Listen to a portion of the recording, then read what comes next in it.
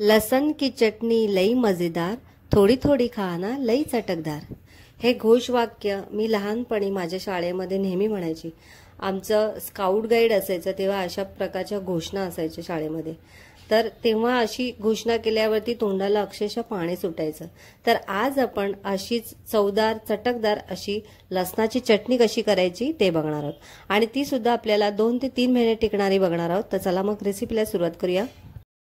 आता इथे गॅसवरती मी कढई तापायला ठेवलेली आहे, आणि या कढईमध्ये साधारण 2 चमचे आपल्याला तेल ओतायचे. तेल गरम झाल्यानंतर यामध्ये आपल्याला 1 चमचा राई घालायची. राई तडतडल्यानंतर 1 चमचा जिरं घालायचे, आणि जिरं सुद्धा छान तडतडल्यानंतर आता यामध्ये आपल्याला 1 चमचा धने घालायचे. राई, जिरं, धन यामुळे चटणीला छान टेस्ट येते. आता यामध्ये मी पांडी मिरच्या घेतलेल्या आहेत, 5 ते 6 पांडी मिरच्या घेतलेल्या आहेत तिखटासाठी. तुम्ही या जागी कोणतीही तिखटासाठी मिरची घेऊ शकता, किंवा मिरची नसेल तर तुम्ही इथे मिरची पावडरचा वापर सुद्धा करू शकता. तर आता ह्या मिरच्या छान अशा परतून घ्यायचे साधारण 1 ते 2 मिनिटभर. छान खमंग भाजल्यानंतर आता यामध्ये आपल्याला साधारण 2 चमचे आपल्याला इथे शेंगदाणे घ्यायचे. 2 किंवा 3 चमचे घेतले तरी काही हरकत नाही आहे. तर इथे मी 2 चमचे शेंगदाणे घेतले. आता शेंगदाणे सुद्धा छान खरपूस असे आपल्याला यावरती भाजून घ्यायचे. आता शेंगदाणे पण छान व्यवस्थित भाजल्यानंतर यामध्ये आपल्याला 1 वाटी किसून घेतलेलं खोबरं घालायचंय, आणि आता खोबरं सुद्धा आपल्याला हलकंसं भाजून घ्यायचंय. खोबरं जास्त भाजायचं नाहीये. तर इथे साधारण 1 ते 2 मिनिटभर खोबरं सुद्धा आपण मस्त खरपूस असं भाजून घेऊया.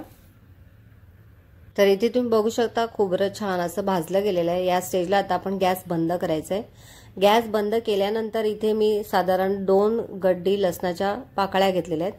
या लसणाच्या पाकळ्यांचे जे साल आहेत ते साल मी काढलेले आहेत, अख्खेच घेतलेले आहेत सालीसहित. तर हे आपल्याला फक्त परतून घ्यायचे आहेत. लसूण आपल्याला भाजून घ्यायचं नाहीये, तर फक्त परतून घ्यायचंय. आता यामध्ये आपल्याला अर्धा चमचा हळद घालायची. हळद घातल्यानंतर आपल्या चटणीला छान रंग येण्यासाठी इथे मी 1 चमचा काश्मीरी लाल मिर्च वापरत आहे. जर का तुमच्या चटणीला रंग छान येत नसेल तर 2 चमचे काश्मीरी लाल मिर्च वापरू शकता. त्यानंतर चवीनुसार मीठ घालायचे, आणि आता हे छान असं परतून घ्यायचंय. लक्षात ठेवायचंय इथे आपला गॅस बंद आहे, फक्त आपण यामध्ये फिरवून घेत आहोत. आणि हे मिश्रण पूर्णपणे थंड केल्यानंतरच आपण याला मिक्सरमध्ये बारीक वाटून घेणार आहोत. तर हे पूर्ण मिश्रण थंड झालेलं आहे. आता आपण मिक्सर जारमध्ये काढून घेऊया. आता हे छान असं मिक्सरमधून फिरवून घेऊया, आणि तुम्ही इथे बघू शकता मस्त अशी आपली लसणाची चटणी तयार आहे. बघता क्षणी तोंडाला पाणी सुटलं असेल तर नक्की तुम्ही अशा पद्धतीने ट्राय करून बघा.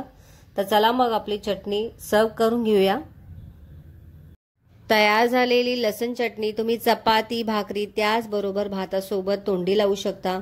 आणि ही चटणी साधारण 1 ते 2 महिने हवाबंद डब्यामध्ये स्टोअर करू शकता. आणि याच्यापेक्षा जास्त दिवस तुम्हाला टिकवायची असेल तर फ्रीजमध्ये हवाबंद डब्यामध्ये तुम्ही 6 महिने सुद्धा या चटणीचा आस्वाद घेऊ शकता. रेसिपी आवडली असेल तर कमेंटद्वारे नक्की सांगा. व्हिडिओला लाईक करा, शेअर करा, आणि बेल आयकॉनला क्लिक करा, जेणेकरून माझे नवनवीन रेसिपीचे नोटिफिकेशन तुमच्यापर्यंत पोहोचतील. रेसिपीविषयी तुम्हाला काही प्रश्न असतील तर डिस्क्रिप्शनमध्ये टेलिग्रामची लिंक दिली आहे, जॉईन करा.